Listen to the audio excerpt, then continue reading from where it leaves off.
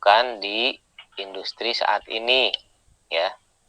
Nah, tujuannya untuk apa? Tujuannya adalah untuk mendapatkan data konsumsi energi dari suatu proses, ya, baik itu proses produksi ataupun proses industri lainnya.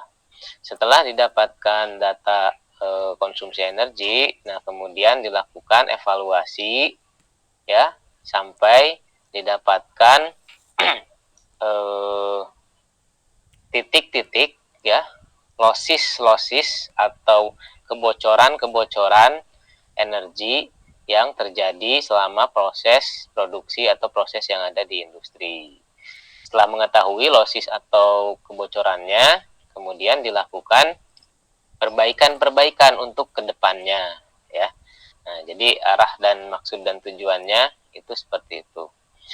Baiklah, sekarang kita lihat, ya. Coba di-share dulu untuk presentasinya, ya. Di mana ya? Di sini aja. Nah, sekarang udah kelihatan belum nih?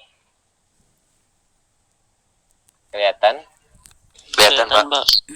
Kelihatan, Pak. Oke. Nah,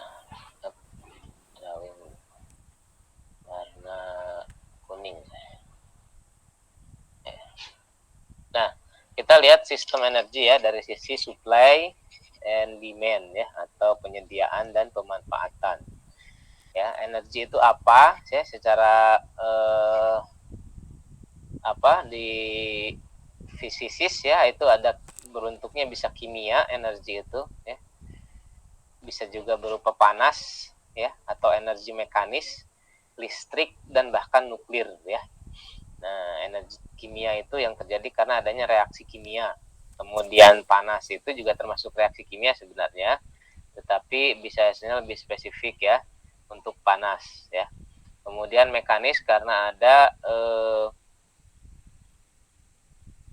pergerakan dari sisi benda-benda mekanis, ya. Dan listrik yang tentu saja sudah kita ketahui, ya, energi listrik, ya, dihasilkan bisa dari berbagai macam sumber, ya. Kemudian nuklir. Nah, ini juga reaksi kimia, sama kan nuklir juga, ya. Nah, ada juga yang energi itu sifatnya komersial, seperti minyak. Jadi sudah dieksploitasi oleh orang atau manusia sehingga bersifat komersial atau punya nilai ekonomi yang tinggi, ya. Minyak kan itu rebutan, ya. Gas juga sama. Siapa yang nggak pakai gas sekarang di rumah sampai rumah-rumah, ya. Kemudian batu bara, ini kan masih banyak di pembangkit listrik tenaga uap pakai batu bara, gitu. Dan yang paling terbaru, ya, energi listrik, ya, yang sifatnya komersial.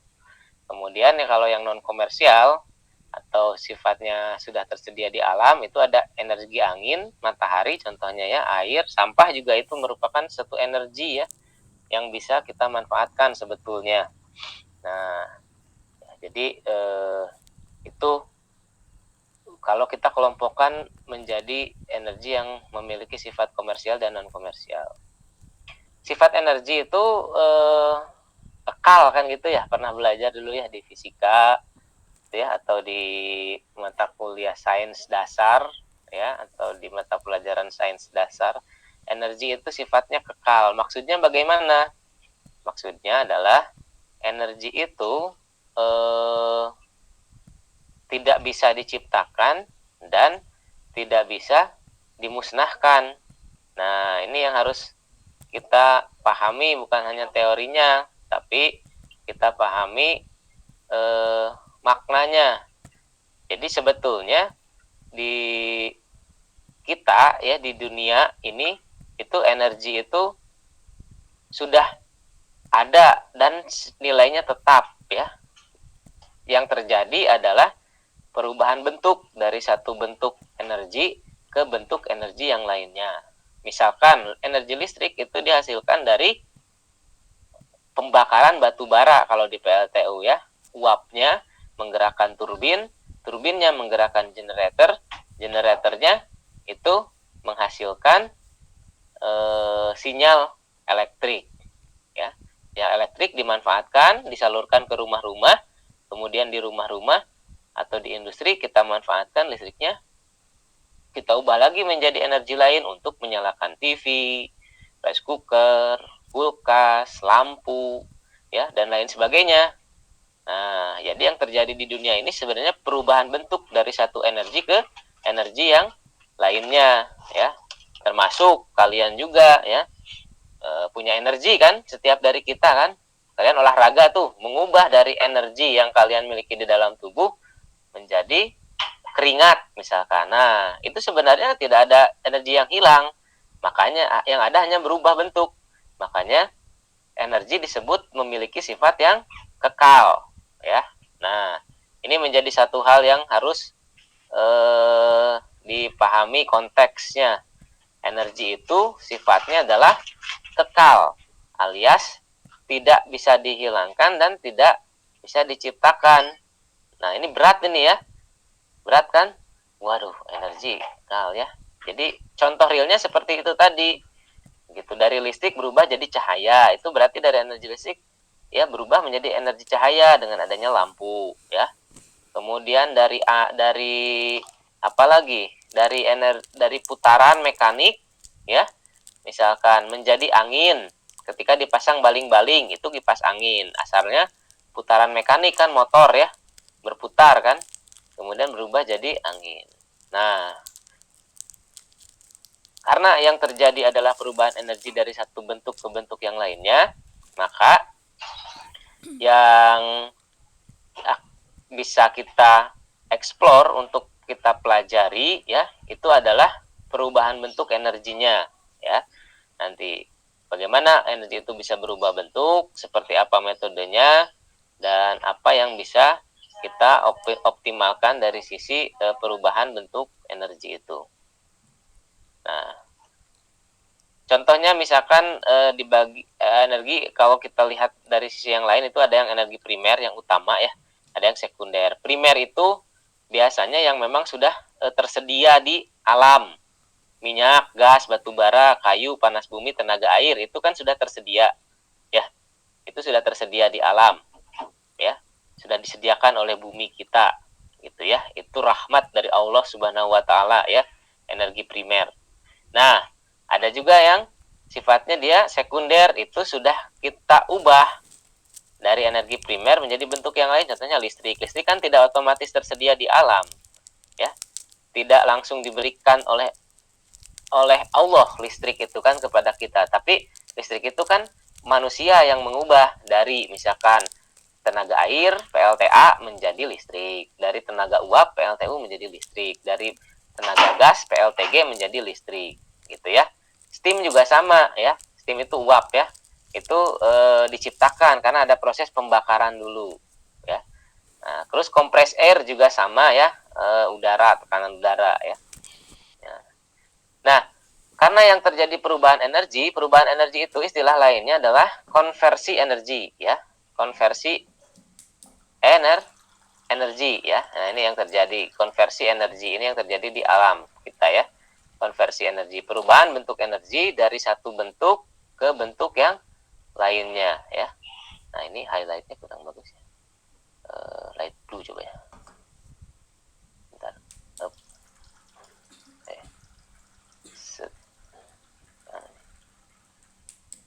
Nah, highlight blue. Wah, nggak bisa ya. Ya nggak apa. Konversi energi adalah perubahan tadi ya, dari satu bentuk ke bentuk yang lain. Kimia ke panas, panas mekanik, mekanik listrik, listrik ke mekanik, listrik ke panas, panas ke listrik, dan listrik ke dingin. Nah, listrik ke dingin apa contohnya? Kulkas ya. Kulkas, AC juga ke udara dingin juga sama kan? Gitu ya. Nah, itu adalah perubahan energi ya, perubahan energi ya. Nah, ini ada apa nih? Oke ya. Perubahan energi ya. Yang ini belum di record, kita record dulu.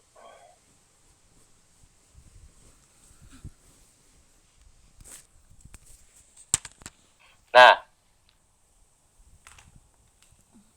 this call is now setiap being konversi recorded. selalu terjadi rugi-rugi energi. Nah, ini yang harus menjadi concern kita sebagai orang yang mempelajari sistem manajemen energi. Jadi di sini ada yang disebut dengan rugi-rugi energi, ya. Rugi-rugi energi, ya. Rugi-rugi energi. Nah, ini ya. Nah, jadi setiap terjadi perubahan itu pasti ada rugi-ruginya atau lossisnya nih yang terbuang kalau tidak dimanfaatkan. Nah, maka dari itu rugi-rugi ini sebenarnya bisa dimanfaatkan juga. Contoh yang paling gampang begini. Sudah pernah ke Ditiwa semua kan angkatan ini kan? Halo? Sudah, Sudah Pak. Sudah kan? Kan pernah lihat di Ditiwa itu kan, kalaupun tidak masuk, ada blower exhaust pembuangan angin yang keluar yang bunyinya buzz, gitu ya, yang ke arah trafo. Ada? Ada. Ingat ya? Nah, itu kan dibuang. Itu dibuang ya, tidak dimanfaatkan kan? Itu kan ada tekanan di situ ya. Tekanan, ada angin kan ya? Betul ya? Halo? Iya, Pak, betul. Nah, itu namanya rugi-rugi energi. Itu contoh paling mudah rugi-rugi energi. Jadi itu dibuang, tidak dimanfaatkan, ya. Nah, dari energi listrik kan, kemudian energi yang dimanfaatkannya listrik dipakai untuk menjalankan mesin-mesin di Ditiwa ya, yang kebanyakan komponen pokoknya adalah mesin listrik yang berputar kan di Ditiwa itu kan, gitu ya. Ada juga lampu dan mungkin sistem pendingin. Nah, kemudian ada exhaust, ya, fan exhaust yang membuang angin. Nah, anginnya itu dibuang keluar. Nah, itu menjadi sebuah rugi-rugi, ya. Oke. Jadi setiap kali terjadi konversi itu tidak 100%, tidak akan 100% energinya itu terbawa, berubah, ya. Itu pasti ada yang menjadi rugi-ruginya. Gitu ya. Nah, karena apa? Karena ada proses kan, ada proses perubahan bentuk dari satu bentuk ke bentuk yang lain. Oke ya. Sampai sini dulu mengenai rugi-rugi energi, udah ngerti ya contohnya ya? Insya Allah, Pak. Ya. Ya. Ngerti ya? Yang mengenai rugi-rugi energi. Ya. Coba jawab di chat kalau nggak ini, jawab di chat ya. Mengenai rugi-rugi energi ini paham nggak? Contohnya tadi yang di DTY. Jawab di chat kalau jelas jawab di chat ya. Jelas. Kalau masih ada yang kurang jelas atau belum paham juga ditulis di chat ya. Tolong tulis di chat. Jelas ya, jelas. Oke. Ya, oke. Oke ya. Jelas ya.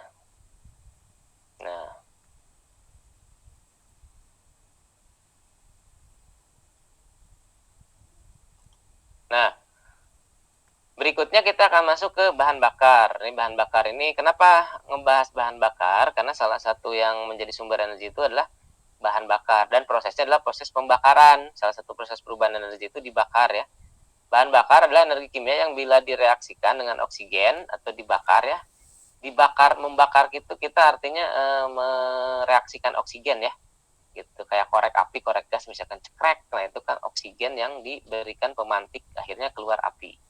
Nah, energi panas. Bahan bakar dapat berbentuk gas ya. Bahan bakar dapat berbentuk gas. Ini dapat berbentuk gas. Tadi jumlahnya ini ya malah berkurang jadi 13. Gitu. Ya. Ada yang keluar gitu ya atau sinyalnya ya. Nah, berbentuk gas ya.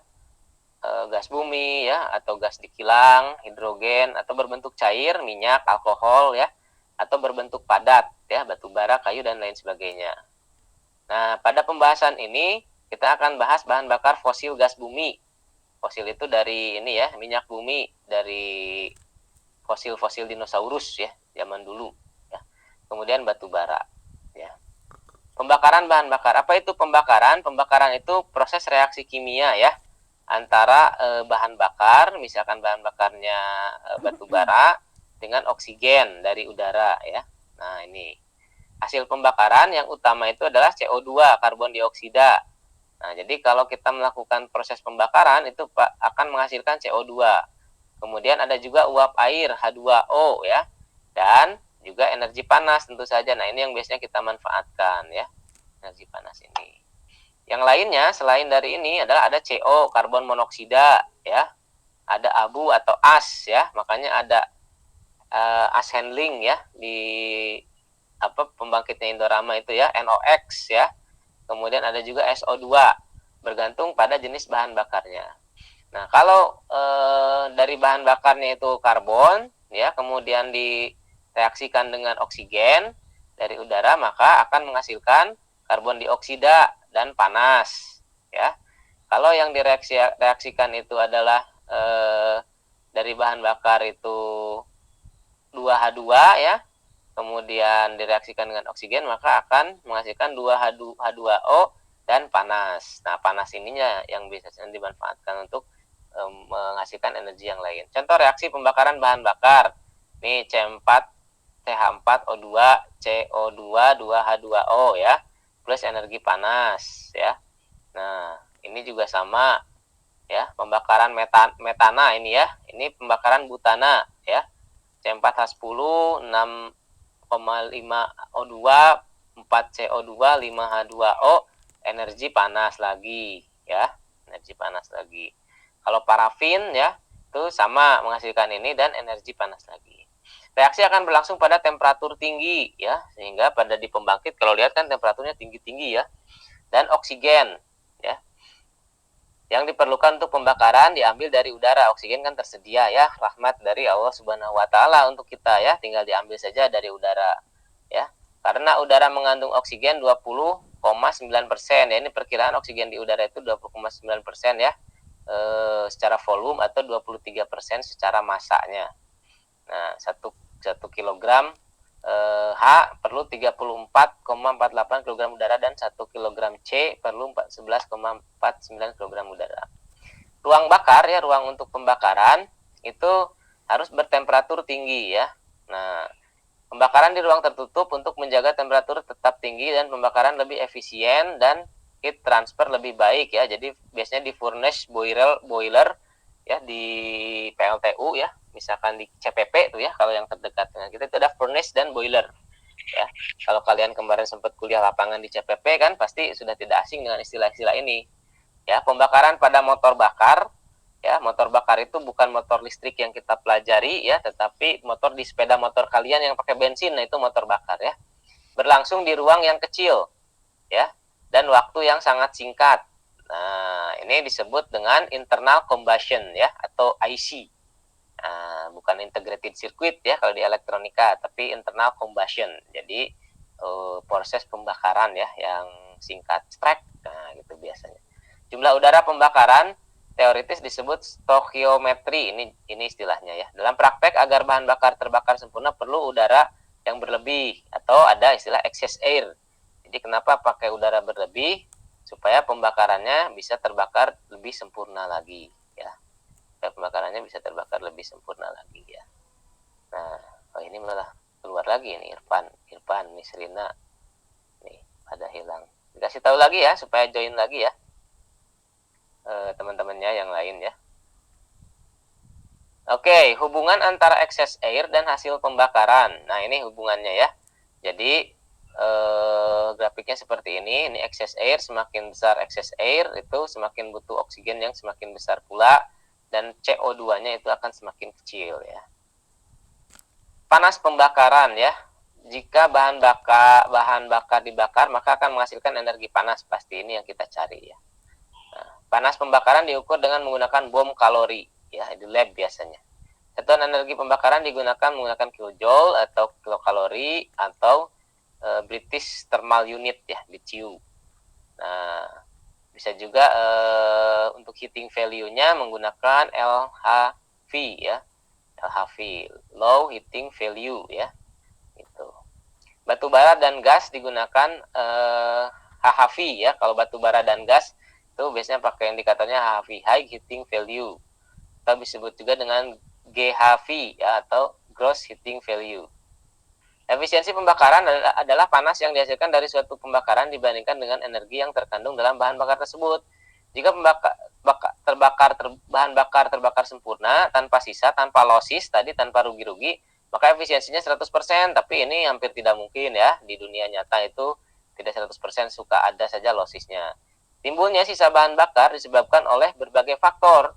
Antara lain ada atomisasi ya, proses pengatoman, kemudian pulverize ya, burner ya, pembakaran, excess air tadi ya, excess air, dan dimensi ruang bakar ya, dimensi ruang bakar ya.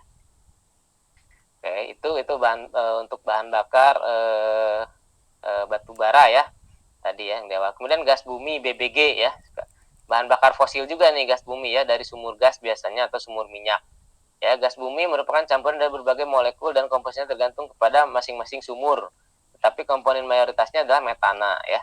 Itu untuk gas bumi. Nah ini nggak perlu dijadikan satu hal yang membingungkan. Ini kan reaksi kimia ya, kita cukup mengerti prosesnya dan bisa memahami hasil perubahan dari apa menjadi apa ya. Nah ini spesifikasi gas bumi ya juga. Nah ini ada tabelnya, bisa kalian menjadikan salah satu referensi juga ya.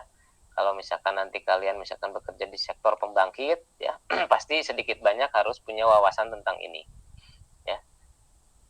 Cara pengiriman gas bumi ya, gas bumi itu agak-agak susah. Bayangkan bagaimana mengirimkan gas ya, gitu ya. Nah itu harus menggunakan pipa-pipa yang sudah dirancang ya. Nah, oke, sifat fisik dari gas bumi itu tidak tampak dan tidak berbau. Nah ini yang bisa menjadikan berbahaya, tapi dia mudah terbakar. Karena itu pengelolaannya harus hati-hati ya. Ini merupakan satu bahan yang berbahaya, gas bumi itu ya. Jadi gas yang di rumah kita untuk masak juga kan bahan dasarnya kan dari situ. Itu juga ada satu yang berbahaya ya, situ. Massa jenis gas bumi lebih ringan dari udara, sehingga jika terjadi kebocoran mudah menyebar, terpantik api ya bisa terjadi kebakaran. Ya. Ini cara penghitungannya ya, nanti kalian bisa baca ya. Kemudian BBM ya. Nah, kita lihat BBM itu kan refinery, kilang minyak biasanya ya, Pertamina gitu ya. Nah, kira-kira tahapannya di sini. Di Pertamina itu ada crude oil ya, sampai kepada refinery gas ya, atau LPG ya. Gitu. Bahan bakar minyak untuk industri ya ada 3 macam biasanya, solar ya, atau ADO, minyak diesel atau IDO ya, dan minyak bakar atau fuel oil. Nah, ini di industri kalau kalian masuk itu biasanya seperti ini ya, untuk pembakarannya, bahannya. Nah, spesifikasi solar yang terpenting adalah gravity ya, untuk solar itu ya, viscosity, flash point, dan centan numbernya ya. Itu. Kalau untuk fuel itu juga sama, tapi ditambah ada sulfur dan purpointnya ya.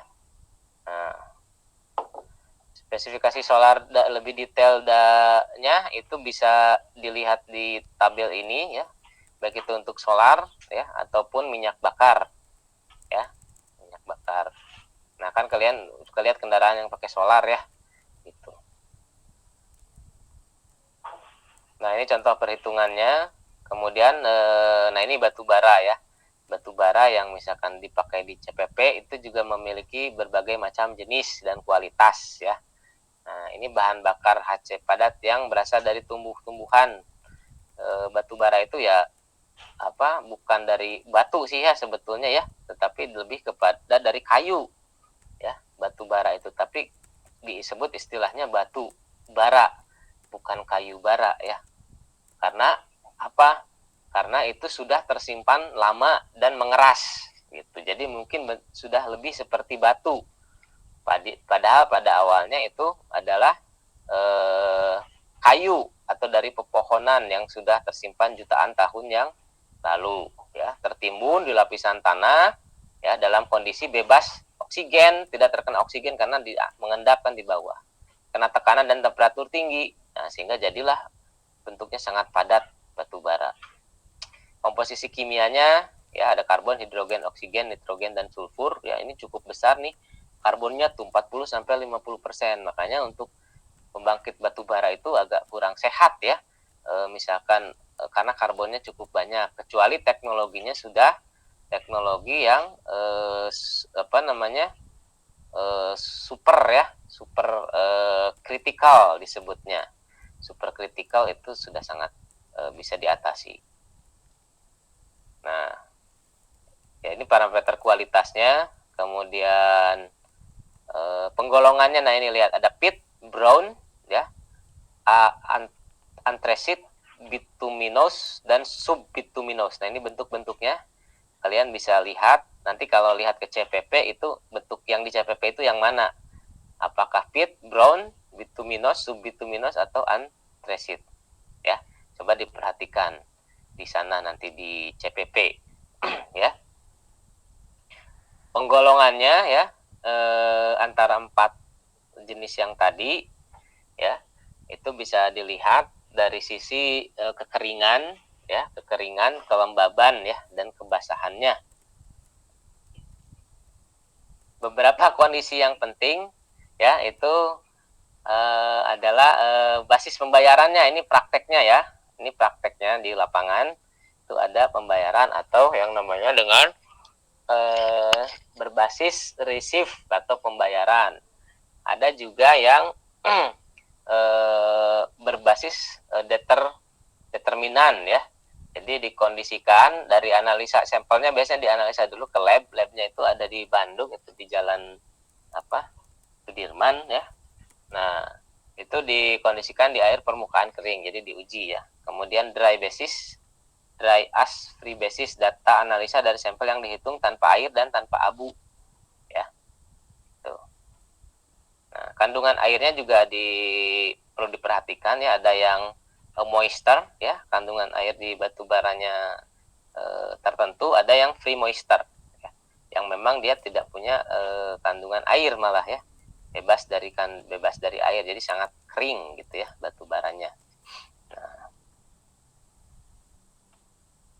ada juga yang inherent ya, untuk kandungan airnya inherent moisture, jadi air yang merupakan bagian dari batu bara, jadi di beberapa bagiannya itu ada tapi tidak banyak ya.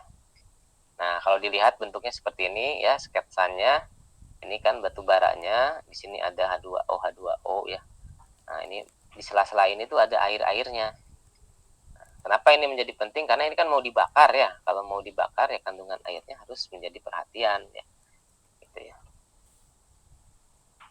Nah, kalau yang kering ya itu sudah tidak menjadi masalah ya, free moisture ya. Jadi tinggal dilakukan pembakaran saja ya. Nah, ini rumus konversinya ya.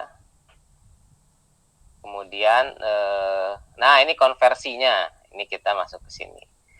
Nah, dalam perubahan bentuk ya, energi atau konversi energi tadi sudah disampaikan selalu ada rugi-rugi. Tidak mungkin energi berubah satu bentuk ya 100% bisa beralih menjadi bentuk yang lain. Itu adalah hal yang di dunia nyata impossible ya, gitu. Jadi pasti ada rugi-rugi atau loss-nya. Nah, biasanya dalam bentuk apa sih rugi-ruginya? Ada yang tahu nggak? Coba silahkan tulis di chat yang tahu, atau open mic.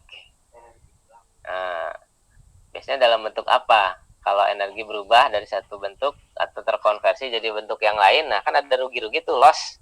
Lossesnya itu dalam bentuk apa biasanya? Yang paling banyak, yang paling umum.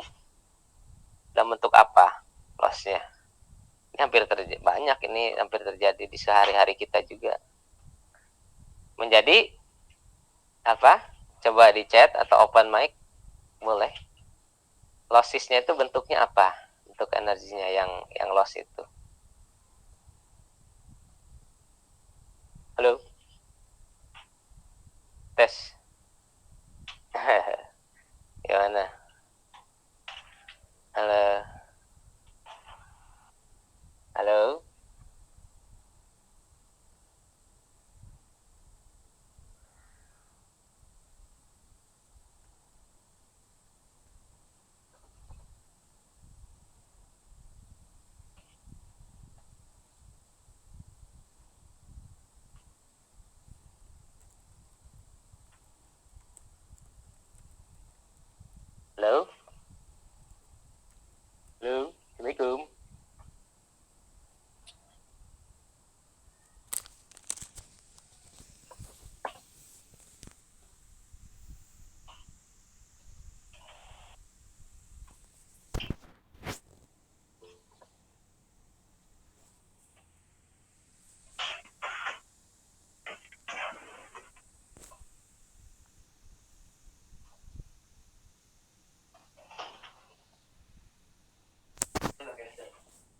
Halo.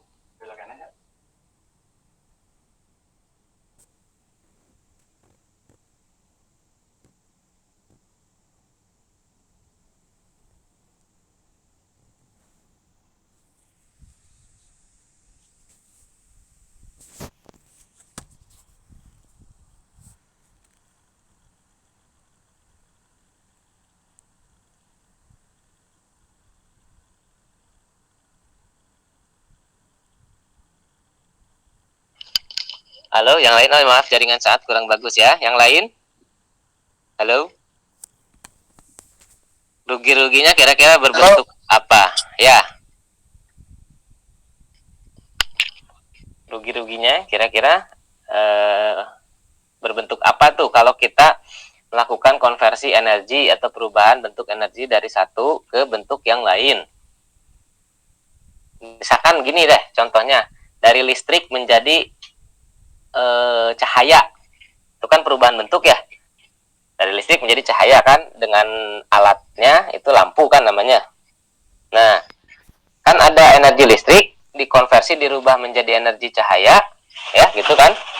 Nah, kemudian ada losis kan, ada rugi-rugi yang hilang di situ. Yang tidak semuanya 100% listrik yang dipakai menjadi cahaya, itu tidak. Nah, yang hilangnya itu, yang rugi-ruginya itu jadi apa bentuknya? Coba di chat boleh. Open mic boleh. Ya, halo. Siapa tadi? Jadi energi panas. Ya, betul. Siapa? Alvin ya? Menjadi energi panas. Itu yang paling umum ya. Yang paling banyak prakteknya di lapangan yang kita temui, itu energinya yang losis itu biasanya menjadi panas kan gitu. Pegang aja lampu kan biasanya panas gitu ya. Atau peralatan listrik atau elektronik atau apapun yang memanfaatkan listrik itu panas kan gitu. Begitu juga dari energi yang lain, misalkan energi angin jadi apa gitu ya, itu mayoritas itu losisnya dalam bentuk panas gitu ya. Nah, sedangkan kita sendiri masih membutuhkan energi panas kan. Nah, jadi kalau kita bisa memikirkan bagaimana panas yang terbuang itu kita manfaatkan, maka di situ kita bisa mengurangi rugi-rugi atau losis yang terjadi gitu ya. Rugi-rugi atau losis yang terjadi ya. Gitu. Oke. Ya, perlu diperhatikan dalam menghitung efisiensi konversi ya, satuan energi harus disamakan. Nah, jadi dalam menghitung efisiensi konversi, satuan energi harus disamakan ya, harus disamakan. Ya. Harus disamakan ya. Betul.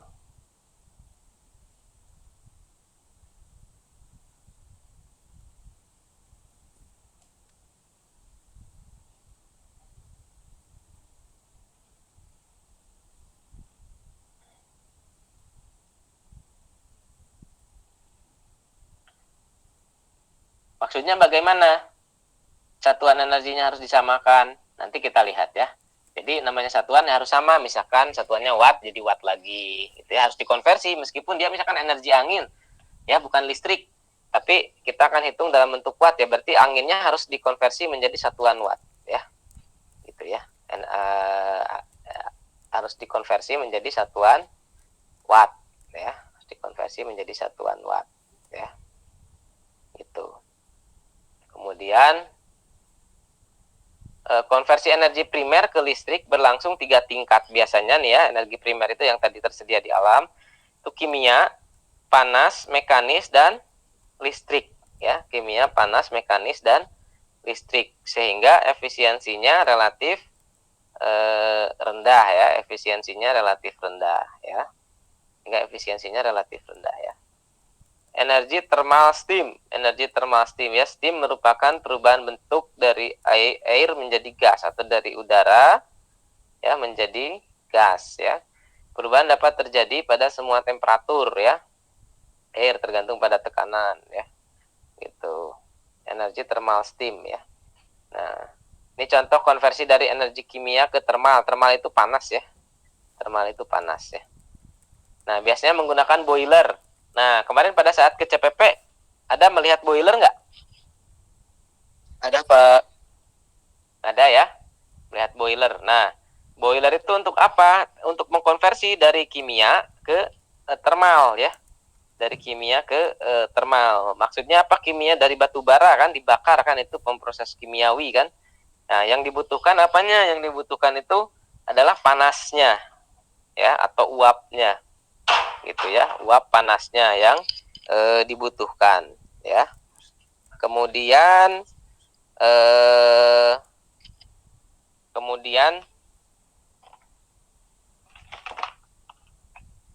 steam turbin ya, yang lanjutannya dari apa namanya tadi, panas yang dihasilkan itu diteruskan ke dalam sebuah turbin kan gitu ya, diteruskan ke dalam sebuah turbin kan ya, diteruskan ke dalam sebuah turbin. Nah, itu digunakan untuk memutarkan ya, atau memutarkan ya turbin ya, sehingga bisa menggerakkan generator ya, sehingga kalau generator sudah bergerak itu bisa menghasilkan listrik. Itu yang terjadi di CPP kan ya. Nah, ini steam in ya, steamnya masuk ya, kemudian steam out ya. Dari steam out ini ada cooling water. Ada cooling water nggak pada saat di CPP? Kalian sempat ke cooling water nggak, atau water treatment istilahnya? Ada, Pak. Ada ya. Nah, fungsinya untuk apa sih cooling water atau ya ada kan? Cooling water atau water treatment itu fungsinya untuk apa? Itu untuk mendinginkan air. Kan airnya panas kan ya? Seperti masak air kalian kan? Yang diambil bukan air panasnya untuk membangkitkan listrik itu, tetapi uap panasnya. Sedangkan airnya itu tidak digunakan untuk pembangkitan listrik, sehingga didinginkan lagi gitu ya. Didinginkan lagi menggunakan cooling water ya, gitu ya. Nah, kemudian masuk ke generator kan ya, atau genset. Genset itu generator set ya. Nah, sehingga nanti dari generator set ini ya itu akan menghasilkan energi listrik ya. Ini contohnya 210 kW ya. Gitu. Jadi energi kimia nih, kalau kita lihat prosesnya ya, diubah menjadi energi panas ya pada pembakaran fuel ya, pembakaran bahan bakar di dalam silinder. Kemudian energi panas ya, energi panas itu diubah menjadi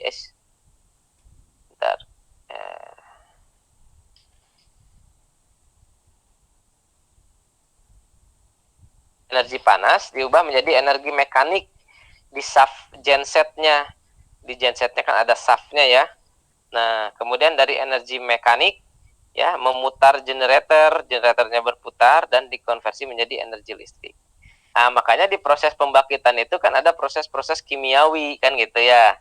Gitu. Makanya suka ada orang yang harus paham kimia juga. Jadi pembangkit listrik itu tidak 100% orang listrik. Ya. Orang listriknya itu dari sini nih. Dari generator ke distribusi sama transmisinya sama pemanfaatan dan automationnya di sisi ini.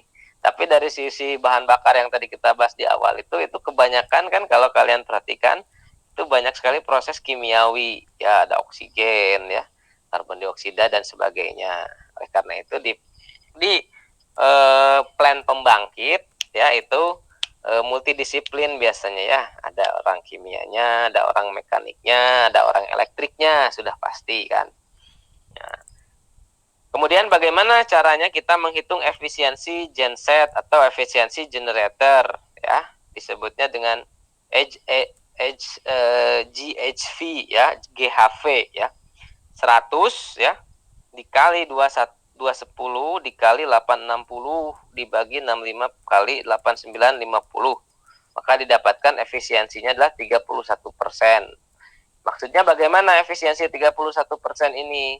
Artinya dari 100% kemampuan generator misalkan bisa menghasilkan 1000 watt, generator 1000 watt, kalau efisiensinya 30%, nah berarti generator itu paling bagus menghasilkan listriknya itu 310 watt ya, itu adalah efisiensi paling tinggi. Kalau 310 generatornya tidak akan rusak ya, tidak akan cepat rusak, tidak akan cepat panas gitu ya. Itu efisiensi maksimumnya misalkan di 31%.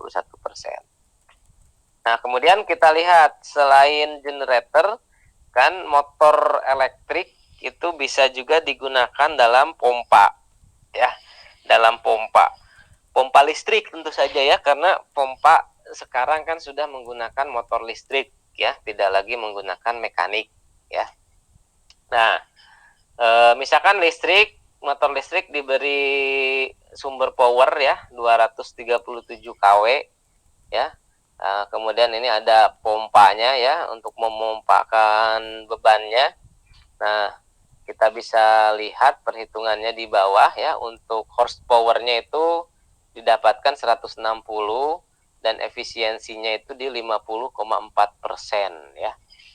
Nah, ini untuk contoh sistem pompa ya. Kemudian sistem AC sentral atau chiller. Nah, melihat di CPP kemarin melihat sistem pompa ya, pumping system sama chiller nggak? Sempat melihat ke sana nggak?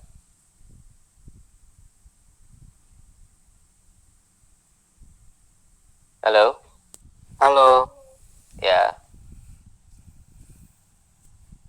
Halo. halo Pak. Kemarin pas kuliah lapangan, Kebetulan kelompok saat enggak Pak. enggak ya? Yang Iya. kelompok saat kebetulan enggak ya, pada saat kuliah lapangan ya, itu tidak dilakukan ini ya, apa namanya, ke pumping system ya, dan ke apa sistem chiller juga enggak ya?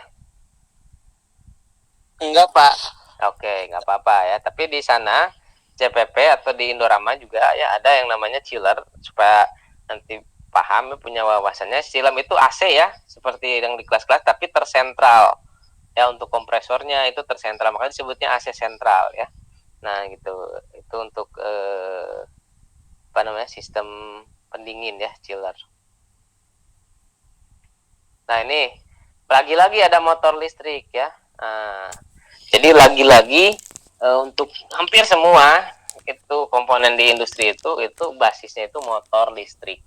Nah, karena itu nanti mahasiswa ada mata kuliah motor listrik, itu diharapkan bisa dipelajari dan memahami ya, motor listrik itu prinsip dan aspek kritikalnya apa saja gitu ya. Karena kalau motornya rusak ya sudah, kompresor, chiller, pompa apapun tidak akan bekerja dia, karena penggerak utamanya adalah motor listrik ya. Oke ya. Nah, energi primer ke listrik ini yang tadi ya, energi mekanik di generator dikonversi menjadi listrik ya. Karena pada stator ada 3 gulungan terpisah, ya ini ya yang di motor listriknya ya, 120 derajat dan dirangkai berbentuk Y ya, maka dibangkitkan listrik bolak-balik 3 fasa ya, misalkan RST ya, yang fasa masing-masing fasanya berbeda 120 derajat. Ya. Ya, ini simbol-simbol kelistrikan ya yang pasti mahasiswa kalau semester 5 sudah paham. Ya, ada volt ya. Beda potensial ya, beda tegangan antara fasa dengan netral. Kemudian ada unbalanced voltage. Nah, ini mungkin yang istilah baru. Unbalanced voltage itu udah pernah dengar belum? Unbalanced voltage. Iya Pak. Udah, apa tuh unbalanced voltage? Artinya, Tegangannya tidak seimbang Pak. Oke, ketidakseimbangan tegangan ya. Ketidakseimbangan tegangan. Jadi kalau 3 fasa kan ada R, S, T, itu antara R netral, S netral, T netral, kalau diukur itu tidak seimbang ya. Nah, biasanya diukur persentase ya, berapa persen ketidakseimbangannya atau unbalanced voltage-nya. Kemudian ada unbalanced current ya, atau ketidakseimbangan arus ya. Gitu. Itu juga bisa diukur dan dihitung juga. Kemudian ada kilowatt. Kalau kilowatt itu adalah kVA. Kalau kVA itu kilovolt ampere ya. Jadi VA dengan watt itu dua hal yang berbeda. Coba perhatikan di sini. Kalau watt itu adalah VA dikali dengan power factor atau cos P ya, bukan cos Q ini, cos P ya. Nah, itu adalah watt ya. Jadi VA dikali cos pi. Kalau VA itu hanya volt ampere saja ya, hanya volt ampere saja. Jadi daya itu ada daya nyata, ini daya nyata watt ya. Ada daya semu ya, VA ini daya semu ya.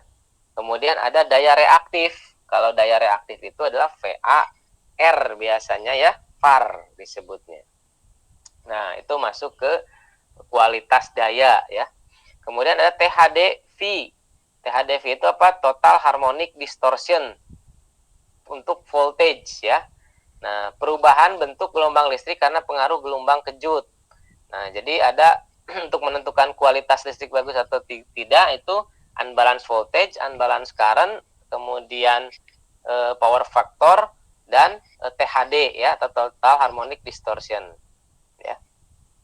Nah, ini adalah contoh sistem distribusi di industri ya. Pak mahasiswa juga sudah terbiasa kan dengan single line diagram ya. Ada dari PLN ya, kemudian masuk ke trafo ya, CT ya, kemudian diturunkan dari 20 kV ya, trafo step down menjadi 6 kV ya, kemudian di step down lagi menjadi 380 volt, kemudian masuk ke beban-beban listrik 3 fasa ya, motor-motor listrik. Nah,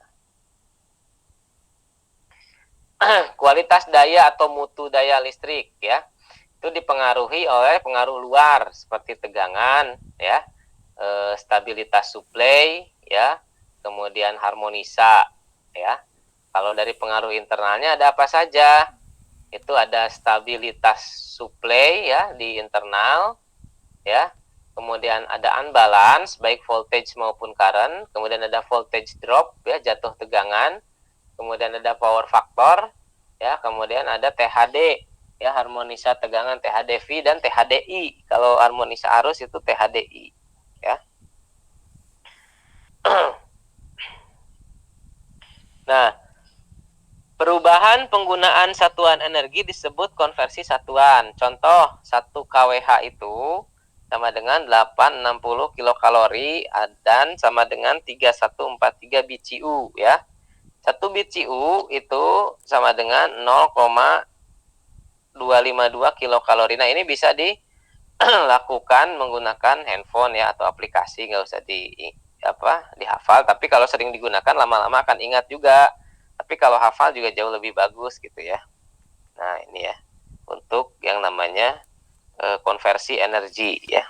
Kilojoule, kilokalori, horsepower, HP, BCU, dan kWh. Jika melakukan penyusunan neraca energi, ya nanti bikin neraca energi atau perhitungan efisiensi pemanfaatan energi, satuannya harus disamakan. Ini yang paling penting ya. Kalau mau pakai kWh, kWh semua gitu ya. Kalau mau pakai kilokalori semua gitu ya. Yang dimaksud dengan substitusi apa? Sekarang ada yang namanya substitusi energi. Jadi penggantian dari satu jenis energi ke energi yang lain. Misalkan yang sudah pernah kita alami dari bahan bakar minyak ke bahan bakar gas. Nah, ini mahasiswa mengalami nggak dulu pakai minyak tanah untuk masak? Ngalamin, Pak. Ngalamin ya. Nah, sekarang kan sudah disubstitusi, diganti menjadi gas kan gitu ya. Sekarang udah jarang kan minyak tanah, mau belinya juga susah ya. Nah, itu contoh dari substitusi paling mudah. Atau dari bahan bakar minyak ke batu bara gitu. Atau dari yang dulunya uap, steam, ke listrik ya. Dulu itu mesin-mesin itu zaman dulu ya, revolusi industri 2.0 yaitu pakai mesin-mesin uap ya, mesin-mesin mekanik uap. Itu 2.0. Nah, revolusi industri 4.0 itu disubstitusi menjadi listrik. Jadi mesin-mesin sudah menggunakan listrik ya di industri. Nah, sekarang 4.0 kan, industri 4.0 itu ditambah lagi dengan menggunakan teknologi informasi kan gitu ya, untuk supaya bisa dianalisis datanya dengan cepat dan menghasilkan keputusan yang akurat.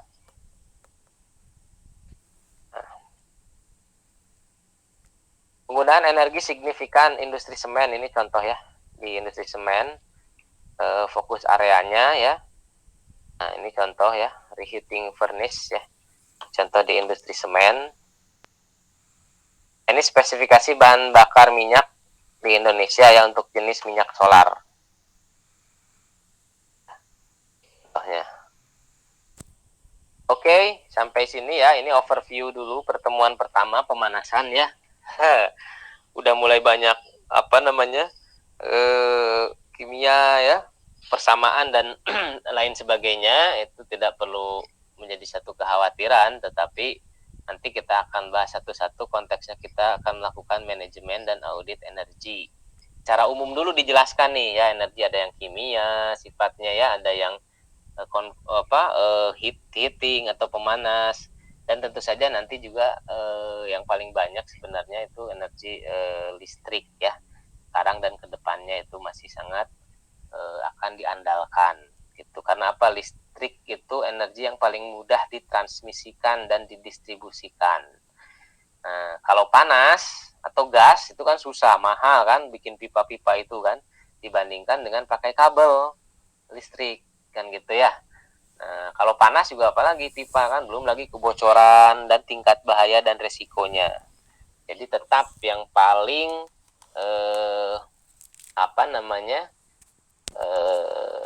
akan menjadi tulang punggung ke depan adalah listrik ya.